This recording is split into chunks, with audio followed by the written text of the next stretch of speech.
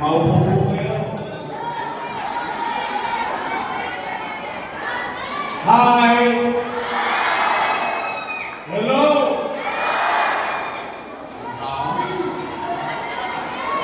Magandang umaga po sa inyo.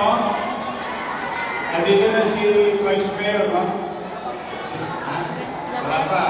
Si Jose Alibay. Andito na. Kaya ngayon ko si Alfonso.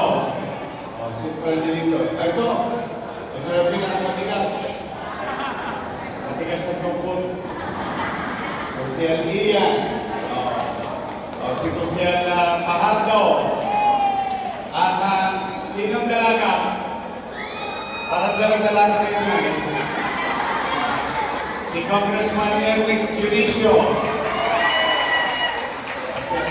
Yung anak ng misis ko, nag-eskwela pa. Pero paparating din yun. Ayan na. At siyempre ang ating Vice Mayor. Anyway, magandang umaga. Ganda ni Francis. Naririnig niyo ba sa likod? Okay. Una, salamat sa Diyos. Although medyo mainit, pero parang mahangin. At saka, magandang ng lugar natin, may lilim. Yung mga nasa labas, huwag kayong mag-alala, hindi ako aalis hanggang hindi kayo natatapos hanggang dulo. Ito po yung programa ng Agapay. Ito yung mga sulat nyo. Ang dami nyo sumulat. Oo, lahat po yun. Pinabasa namin.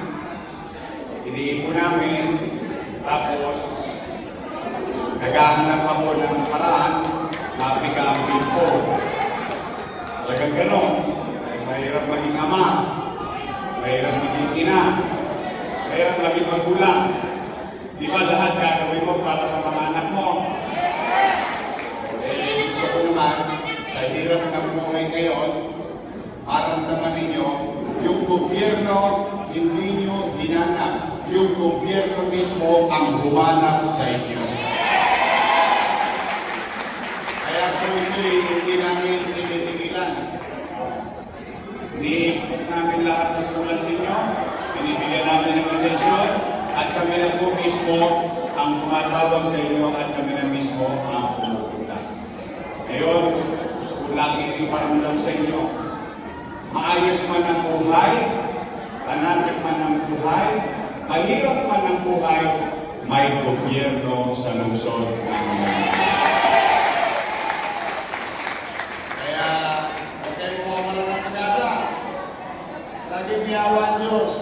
O sinong apo ang nag-aaral sa Almario?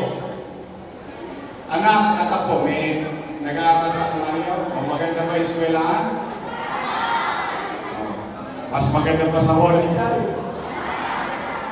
Ito po'y talagang pinangarap ko sa lahat ng eskwelahan sa Manila. Na yung natitikman ng mga bata na nag-aaral sa privado ay matikman ng mga bata na nag-aaral sa pampublikong paaralan. Kaya po, ngayon, mag-umpisa na tayo, marami tayong katulong, sabay-sabay, si Congressman Ernix, si Ian, si Taga, si Junior Ibay, si Alfonso. O maya-maya, marami pa tayong darating na mga kasama.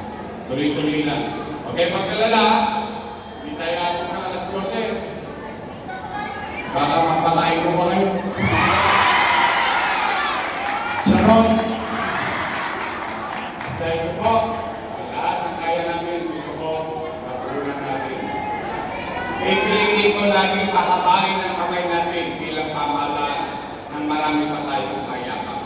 So magandang umaga, mga lolo't lola ko, nasa kamay, mga senior citizen. O malapit na lubi-lubi. Tapos na yung Enero, Marso. O nagkaligaya na. Ito naman po na April, Mayo, at alam na dis. Basta Basta, steady lang kayo sa Gedli. Hindi kayo mawawalan. Hindi kayo magkakaroon. Napagatundo talaga kayo. Anyway, magandang umaga. Ay, ka pala. Ayun mo yung dalaga ko. Andito na po. Si Frances ba yun? Tito Yorme. Ay, ayun. Hi po. Ayan, yung kapatid ni Joaquin. Ayan, si Frances. Nag-iisa kong dalaga. Si Frances Tumagoso. O, katulog din natin siya ngayon. Kasi yung kapatid niya, nagpapakadalubhasa. Charot. Magandang umaga. Let's begin. Pero, pasalamat tayo lagi sa Diyos kahit ano pa man ang hinaharap natin. Ha? I love you! Isa na tayo.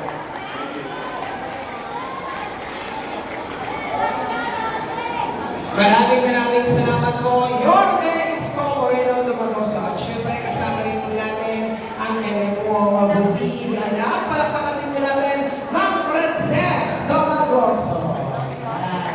So, muli po ang paalala po sa lahat. Balik na po tayo sa ating pong mga upuan.